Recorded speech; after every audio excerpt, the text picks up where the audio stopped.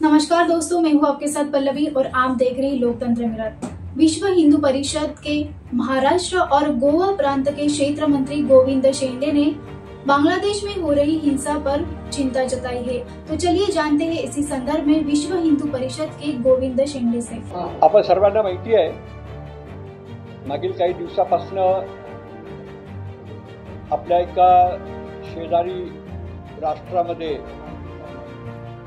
एक अराजकताची स्थिती निर्माण झाली आहे।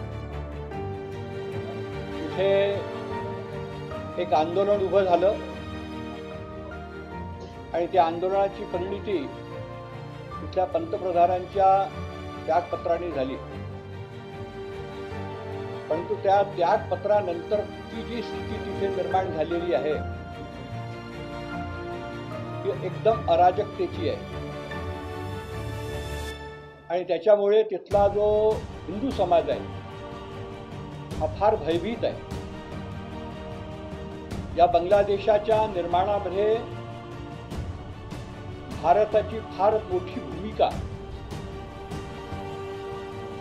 तोच बांगलादेश हिंदूंच्या विरोधामध्ये उभा होतो ही एक विभीषिका आहे। या बांगलादेशमध्ये 1947 साली विभाजनानंतर 32% हिंदू होता, तो आज फक्त 8% उरलाय। बाकीचा हिंदू कुठे गेला? एक तर त्याचं धर्मांतरण झालं किंवा तो मारून टाकला गेला किंवा त्यांनी तिथलं पलायन केलं।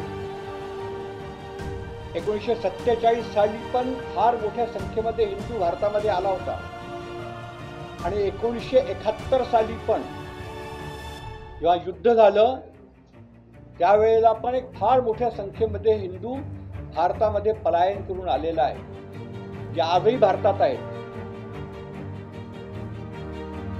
आणि तीच स्थिती पुन्हा एकदा निर्माण झाली आहे।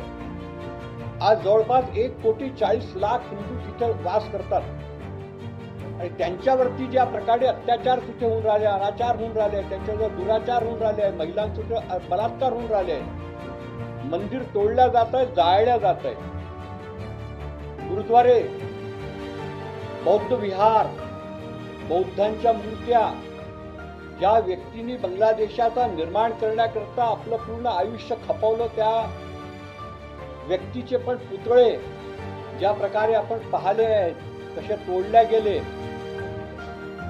हे जे अराजकता तिथे निर्माण झाली आहे त्याच्यामुळे भारताला पण एक धोका निर्माण झाला आहे।